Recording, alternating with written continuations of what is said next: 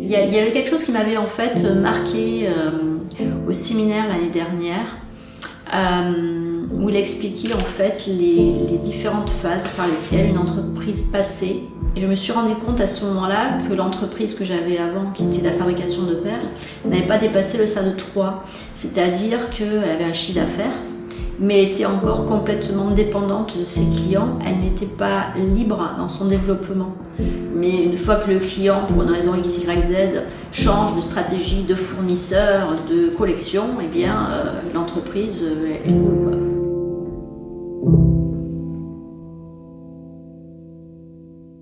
L'histoire avec les bijoux ont commencé avec l'arrière-grand-père. L'arrière-grand-père qui voyageait beaucoup, qui était un inventeur, qui a inventé le pédalo. Moi, ça m'éclate cette histoire. Dans la famille, on était dans la bijouterie. Mon arrière-grand-père était sertisseur de Napoléon III. Et son fils, lui, s'est intéressé à la bijouterie fantaisie et a fait ses propres créations. Il a déposé des brevets par rapport à des pièces de bijouterie qu'il avait pu créer. Quand il est venu avec son fils, donc mon père, ils se sont installés ici sur la côte basque en 1946, dans cette maison. Et son père, donc Denis, lui a dit mais pourquoi tu t'intéresserais pas à la fabrication de perles? Et à ce moment-là, mon père est allé chez les mareyeurs et a récupéré des écailles de poisson et il a fait ses propres décoctions pour extraire en fait les cristaux de ces écailles. Plus personne ne sait les fabriquer en France. C'est un artisanat qui s'est perdu. Il y a eu une période de gloire, on va dire, où il y avait énormément de perles de fabriquées et du monde qui travaillait. C'est une grosse entreprise. Donc c'est une très belle histoire. Donc il a d'une part élaboré ses propres vernis et ensuite inventé des machines pour appliquer ces vernis sur des séries de perles en quantité. Donc c'est relativement lourd, très technique, il y a beaucoup de chimie, donc ça, voilà, c'est complexe. Et donc c'est vrai que quand on travaillait avec ces quantités-là, il y avait beaucoup de pression parce qu'on était avec des clients qui étaient aussi très exigeants. Ils ont travaillé avec Dior, avec Chanel. Enfin, il y a une collection Dior, un défilé. C'est que des perles Simon & Simon, que ce soit sur les vêtements, que ce soit en bijoux. C'est que des perles Simon & Simon. Ils étaient fournisseurs exclusifs pendant 25 ans. Donc ce mode de fabrication-là a été de plus en plus difficile parce qu'en face, il y avait de la concurrence, donc des perles d'eau douce, des perles produites par les Chinois qui sont arrivées sur le marché avec des prix de revente qui étaient beaucoup plus bien inférieurs à ce que nous, on pouvait faire en production humaine. Moins cher parce que, on va dire, de moins bonne qualité, mais donc moins cher forcément, et qui concurrence cette perle fantaisie. Qui fait que Nathalie a revu complètement l'entreprise. Quand on passe du seul fabricant à un bijoutier parmi des dizaines, des centaines qu'on peut en trouver sur Internet, voilà, c'est pas la même chose, c'est pas les mêmes techniques de vente, c'est pas la même approche. Enfin, il faut recommencer à zéro. Elle a recommencé à zéro, quasiment. Et du coup, il y a un travail de fou derrière. Séverine, je l'ai rencontrée à Paris au séminaire l'année dernière, qui était au séminaire et qui exposait. Et quand j'ai vu sa carte, je me dis mais comment se fait-il? Vous êtes à quelques kilomètres de chez moi, donc elle est venue. Et au printemps, Nathalie a envoyé un message à tous ses contacts en disant qu'elle cherchait quelqu'un pour lui faire un peu de prospection, quelques heures sur un mois ou deux, pas plus. Et puis quand elle m'a vu arriver, elle m'a fait mais tu connais Sébastien, tu connais ses techniques? Oui. Bon, on va travailler sur le marketing toutes les deux alors. Et voilà. Elle comprend la logique, il y a toute une philosophie, une culture derrière. Et c'est indispensable de comprendre pour pouvoir mettre en application. C'est une découverte au jour le jour et je me forme au fur et à mesure. J'apprends et en fait je m'amuse. Donc c'est pour ça que ça se passe très bien. Elle a fait la machine à vendre, elle a fait le lancement orchestré. Là, elle est sur le trafic illimité. Donc, ce qui fait qu'elle m'apprend tout après. Elle répercute. Pour que je puisse travailler au mieux pour elle, il faut qu'elle répercute de toute façon. Et voilà, quand elle a besoin de quelque chose, elle écrit. Quand elle a besoin de s'en souvenir. Ouais, ce qui est important, elle l'écrit.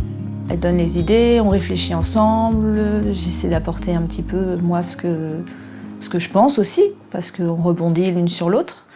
Et puis voilà, elle me donne des choses à écrire, à travailler. Je travaille le reste de la semaine sur ces dossiers, à distance. Et puis on se retrouve la semaine d'après pour faire le point et avancer petit à petit. Depuis la formation, puisque la formation, j'avais pas de temps dans la journée, donc la formation, quand j'ai souscrit, je l'écoutais le matin au petit déjeuner, donc je me faisais un quart d'heure, une demi-heure de formation, et ça tous les jours, donc c'est sportif, mais c'est plus facile que de se dire je vais me bloquer 3 heures, ce qui est impossible. Donc c'était mon temps à moi pour me former et acquérir en fait des compétences pour faire avancer l'entreprise.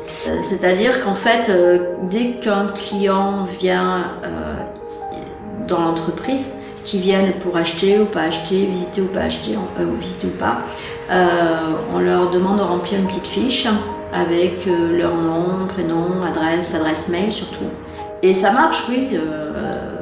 Je sais que j'ai des clients, la façon de gérer la communication, peut-être en automatique, ça surprend un peu. J'ai des clients qui étaient super contents de recevoir leur mail. Elle a fait un lancement orchestré avant Noël 2016, donc j'étais pas encore avec elle. Donc elle a fait la formation et un lancement orchestré dans la foulée. Et ça a boosté les ventes, oui, forcément. C'était le but, booster le chiffre d'affaires. Il y a un effet boule de neige. Il y a un effet boule de neige, c'est que plus il y a de vues, plus il y a de ventes, plus on améliore les techniques et plus il y a de vues, et voilà. Et ça continue à grossir comme ça. On le voit de mois en mois, il y a une évolution tous les mois. Il y a une progression. Je dois être à plus 30% depuis l'année dernière et que, en termes de chiffres, mais ça passe par une augmentation de la fréquence d'achat, une augmentation du panier moyen. Ici aussi, au niveau du showroom, ça s'est développé.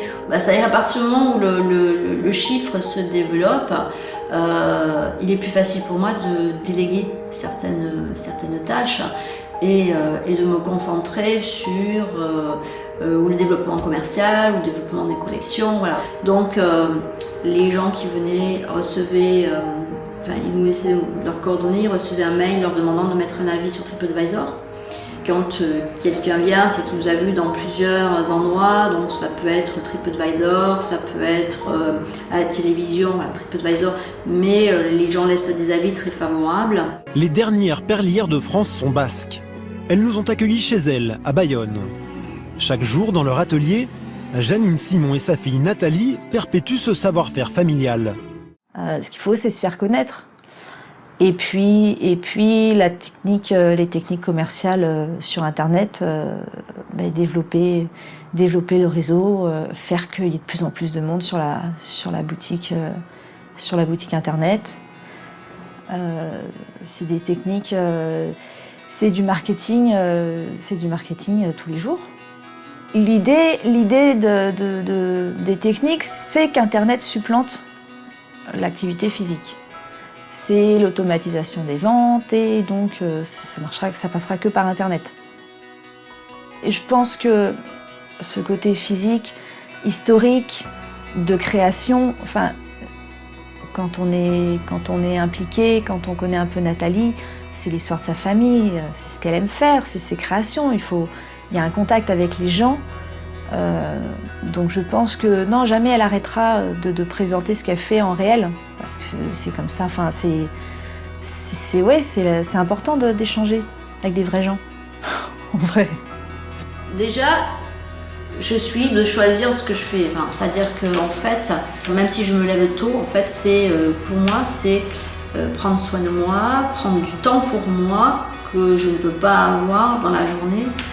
Parce que je vais être dans une autre logique. Me former effectivement sur des techniques comme le marketeur, comme celle du marketeur, pour faire avancer l'entreprise. Donc c'est un moment stratégique pour moi le matin.